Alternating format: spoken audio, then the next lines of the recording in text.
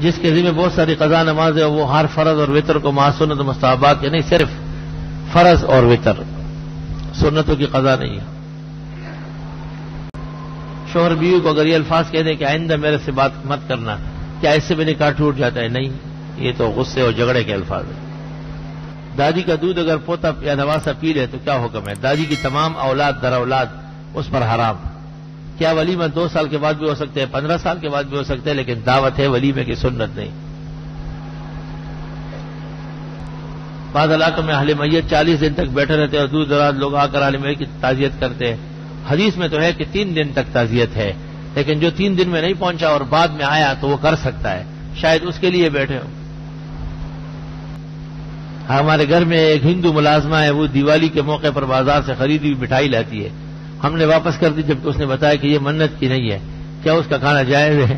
تو ہندوؤں کے ہاتھ سے لے کر کے کھانا اتنا شوق ہے آپ کو، پھر آج شام کو وہاں چلے جائیں عبداللہ شاہ غازی کی قبر پر، وہاں اور ما اہل بہ لغیر اللہ اور خنزیر کا گوشت بہت مل جائے گا۔ اتنا شوق ہے مٹھائی کھانے کا کہ جب اس نے کہا کہ منت نہیں ہے تو یہ کھانے کے لیے تیار ہو گیا ہے۔ منہ پہلے سے کھول لو، کہیں ایسا نہ ہو کہ لقمہ کان کے پاس چلا جائے۔ توبہ توبہ۔ حدث اکبر کی حالت میں کوئی ذکر وغیرہ یا کوئی قرآنی آیت پڑھ سکتے ہیں؟ جنابت اور حیض میں ذکر کر سکتے ہیں، قرآن کریم کی آیت نہیں پڑھ سکتے۔ میں نوکری کے ساتھ ساتھ تعلیم بھی حاصل کرنا، لیکن میری پڑھائی میں دل بالکل نہیں لگتا، اگر کچھ یاد کرتا تو یاد نہیں ہوتا، اور یاد ہو جلدی بھول جاتا۔ کوئی وظیفہ بتائے۔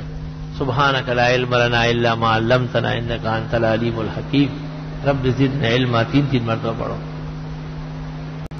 خیر مقلدین نے بہت تنگ کیا ہے، اور لوگ کہتے ہیں کہ ابو حنیفہ دعوت اسلامی دیوبند کا امام ہے، اور دونوں فرقے آپس میں ایک دوسرے کو کافر کہتے ہیں۔ آپ قیامت کے دن امام ابو حنیفہ کون سے فرقے کے ساتھ ہو گئے؟ امام ابو حنیفہ مسلمانوں کے ساتھ ہو، کافر اور مشرکوں کے ساتھ نہیں۔